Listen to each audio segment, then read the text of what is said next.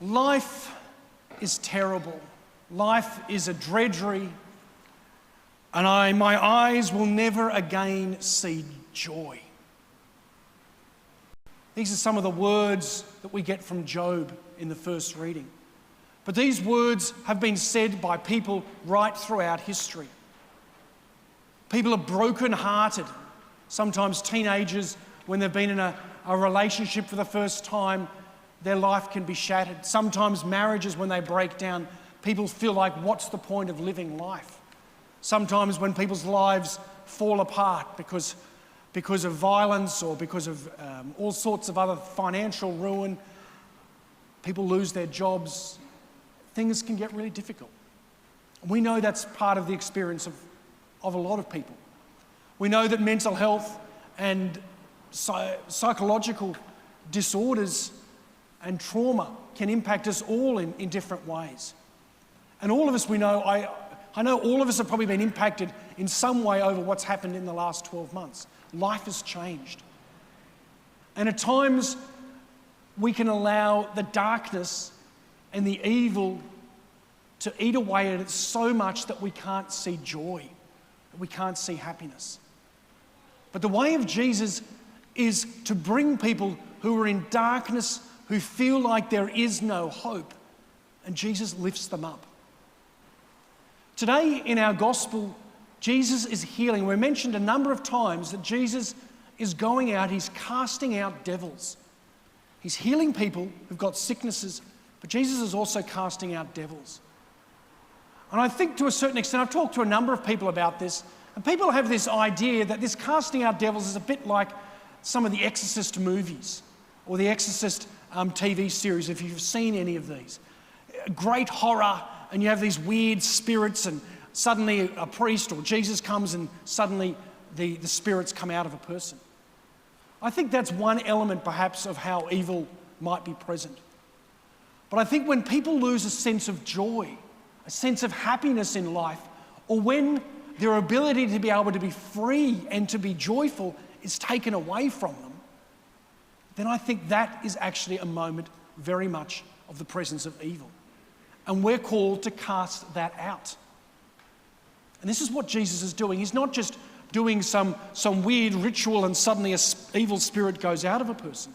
Jesus is restoring a person to joy, to freedom, to happiness.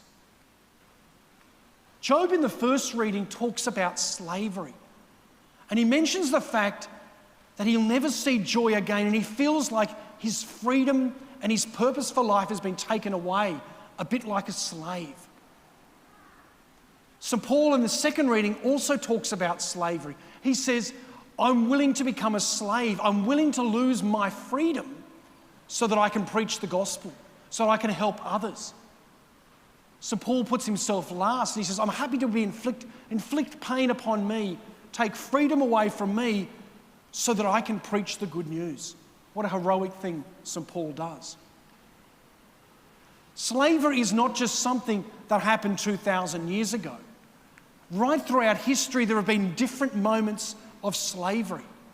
And there have been different efforts to try to eliminate slavery during different conditions, during different situations in the world. In 1869, in South Sudan, a young girl was born. And she was sold into slavery. She was bought and sold a number of times. And eventually she was sold to an Italian family who took her back to Italy. And they decided to go on holidays, so they decided to place this little black girl in a religious sister's home, a convent. And they went away on their holidays. And when they came back, the sister says, this girl's not going back to your family because she's free. There was a big legal fight at the time. It went to court, and the courts in Italy said that this girl was free, that slavery does not exist, and that she's not the property of this Italian family. She was given freedom.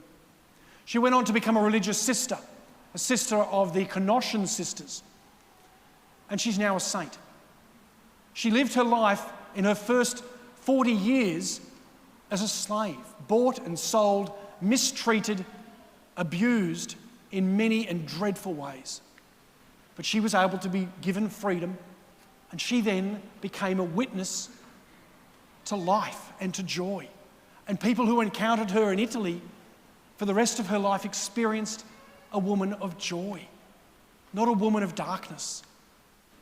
Job says in this first reading, "Never again will my eyes see joy."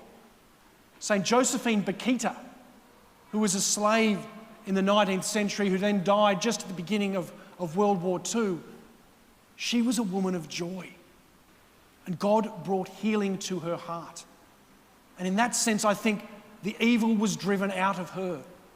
The evil that was around her was driven out, and she was allowed to be free. 3 years ago, I helped organise a group of teachers from Sydney Catholic schools and a trip arranged with Catholic Mission. We went to the Philippines. And we spent a number of days interacting with a program in the Philippines where a group of sisters capture and rescue young girls who have been sold into slavery, some as young as 10 years old. Sold by their parents, sometimes kidnapped, and then sold into slavery. This is happening in our world right now. We often hear about the UN Sustainable Development Goals. People talk about climate change as one of those goals, and we want to make sure that the world is looked after. One of the other goals is to eliminate modern-day slavery.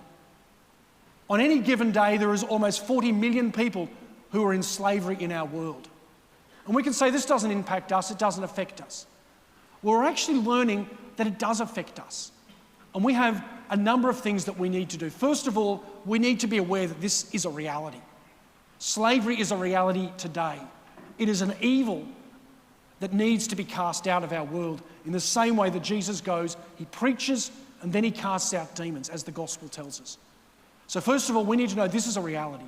We need to pray for those who are in slavery, who are victims of slavery and the trafficking of people today. And then we need to make a choice for ourselves, and even as a country, how are we going to react? And it's a challenge. We can go to certain shops and we can get a bargain. We can think, oh, isn't it great? We got a bargain. Or we can say or ask ourselves a question, why are we getting this so cheap? Is this just because of the market situations, or are we getting it so cheap because someone has made it for next to nothing? Or maybe someone has made it in slavery conditions. Or maybe a 7 or 8 year old has made it for 1 cent and we're buying it for $10. This is happening in our world. The Catholic Church in Australia and the Catholic Church across the world has been a leader in asking the world to ask questions about where we are getting our supplies from. Where do we get each of our products from? We go to our shop and it says made in whatever country on the product. But behind that, it might have been the last place where they put that label on might have been in China or somewhere else. But they may have got the cotton for the clothes that we're wearing from another country. And that cotton might have been produced and then the dyes might have come from somewhere else. And so we need to ask questions. We need to know what we're buying. Because if we don't care to ask those questions, then in one sense we are contributing and promoting slavery. We don't feel like we are, but we're actually allowing it to happen. So first of all, know that slavery is not just something that happened at the time of Jesus or even older. This is happening right today. I have met people, myself personally, who were in slavery, who had lost a sense of joy because they had been inflicted with such evil. We need to know this happens. Pray for victims of modern slavery. Pray for the intercession of St. Josphine Bakhita, who is the patron saint of victims of slavery. And let us do what we can to educate ourselves and then make choices based upon educated and intelligent decisions that are based not on anger, not on darkness, but on the love of Jesus Christ and the freedom that's extended to every person. St. Josphine Bakhita, pray for us.